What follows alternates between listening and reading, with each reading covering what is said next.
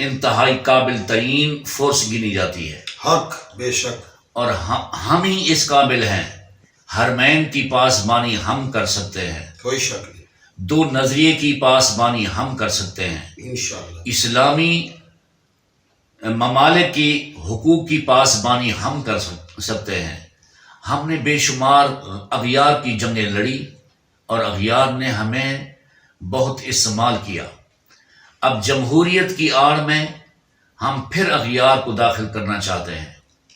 ہم جس کو جمہوریت پاکستان کے آئین اور قانون کی بالادستی سمجھتے ہیں، یہ بالکل رونگ ہے۔ اسلام میں جمہوریت ہے، جمہوریت میں اسلام نہیں ہے۔ بے شک، ہمارے کابرین کا ازل سے یہ مطالبہ رہا۔ آج میں پھر اسی طرح علماء کے ساتھ ان کی حمایت میں اعلان کرتا ہوں کہ پاکستان میں نظام مصطفیٰ رائج ہونا چاہیے۔ اس جمہوریت ایوان بالا اور ایوان زیریں کی ہمیں بالکل ضرورت نہیں رہی ہے۔ بے شک، ہمارے کابرین کا ازل سے یہ مطالبہ رہا۔ آج میں پھر اسی طرح علماء کے ساتھ ان کی حمایت میں اعلان کرتا ہوں کہ پاکستان میں نظام مصطفیٰ رائج ہونا چاہیے۔ اس جمہوریت ایوان بالا اور ایوان زیریں کی ہمیں بالکل ضرورت نہیں رہی، چونکہ ان ایوانوں میں بیٹھنے والے مختلف دنیا کے ٹوٹ اور مختلف فکر کے حامل ہیں۔ ہمارا ملک اس کا متحمل نہیں ہو سکتا کوئی شک، کہ ہم وہ پرانے تجربے سے پھر اپنے آپ کو غرق کریں، آنے والی نسل کو ہم اسی جہنم میں جھونک دیں، فتنے کی آگ میں جھونک دیں۔ اب پاکستانی عوام اور نئی نسل اس کی متحمل نہیں ہے۔ ضرورت اس امر کی ہے کہ پاکستان جس مقصد کے لیے بنا تھا وہ نظام مصطفیٰ کو رائج کیا جائے، حرم کی پاسبانی بھی ہم کر لیں گے، اقوام عالم کو بھی اتحاد میں لا سکیں گے، اور مسلم امہ کے حقوق کی پاسبانی بھی ہم کر سکتے ہیں۔ یہ جو الیکشن جمہوریت میں نے ضیاء الحق کے دور میں بھی ان کو مشورہ دیا تھا، جنرل مشرف کو مشورہ دیا کہ صدارتی نظام کی روشنی میں آپ نظام مصطفیٰ کو رائج کریں، دنیا کے آپ ہیرو بن جائیں گے، لیکن ان کو ان کے خوش آمدیوں نے اس پر عمل نہیں کرنے دیا۔ لہٰذا آج پھر میری درخواست ہے پاک آرمی سے، قانون نافذ کرنے والے اداروں سے، کہ اگر صدارتی نظام میں آسانی ہے، چونکہ جمہوریت یہ کبھی نہیں چاہے گی یہ ہماری اسمبلیاں بیٹھنے والے سیاستدان اس ملک میں نظام مصطفیٰ کا راج ہو۔ اس کا بہترین حل، بہترین طریقہ کار یہ ہے اس ملک میں صدارتی نظام کو رائج کیا جائے، اور صدارتی نظام میں نظام مصطفیٰ کو نفاذ کرنے میں بڑی آسانی ہوگی، اور افراتفری سے ہم بچ جائیں گے، ہمارے ادارے بچ جائیں گے، ہماری امپورٹ ایکسپورٹ کامیاب ترین ہوگی، قرآن و سنت کی روشنی میں ہماری اقتصادی راہداریاں بحال ہو جائیں گی، پورے اقوام عالم میں ہمارے روابط مخلص فی اللہ کے انداز میں ہو جائیں گے۔ یہ جو ہم منہ چھپا کے سفارتکاری کرتے ہیں، یہ ہمارے لیے ہمیں گھن کی طرح کھا رہے ہیں۔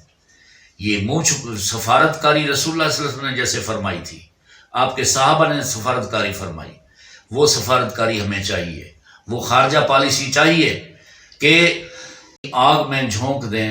اب پاکستانی عوام اور نئی نسل اس کی متحمل نہیں ہے۔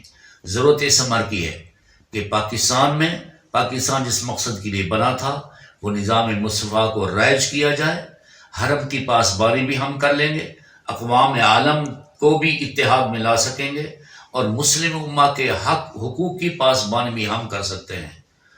یہ جو الیکشن جمہوریت میں نے ضیاء الحق کے دور میں بھی ان کو مشورہ دیا تھا، جنرل مشرف کو مشورہ دیا کہ صدارتی نظام کی روشنی میں آپ نظام مصطفیٰ کو رائج کریں، دنیا کے آپ ہیرو بن جائیں گے، لیکن ان کو ان کے خوش آمدیوں نے اس پر عمل نہیں کرنے دیا۔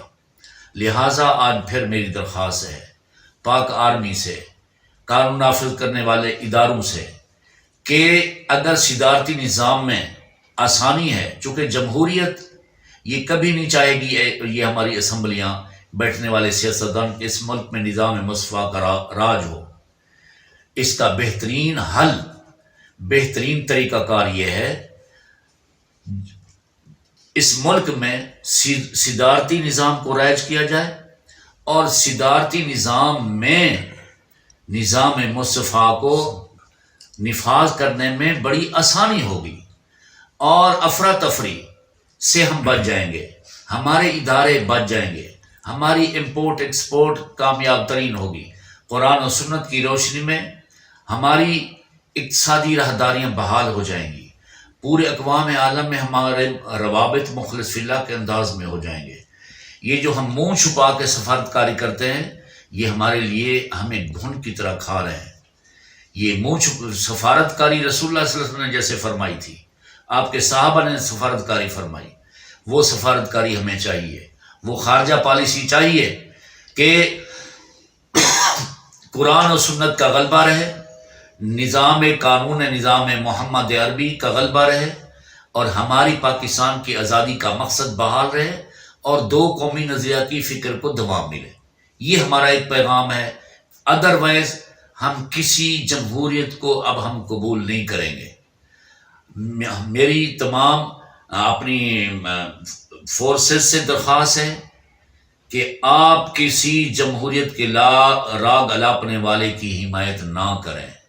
آپ بھی یکسوئی کے ساتھ اس ملک کی باغ ڈور سنبھال کے آپ پاکستان میں نظام مصفا کو رائج کریں۔ مزید خبروں کے لیے دیکھتے رہیے KP News 4K۔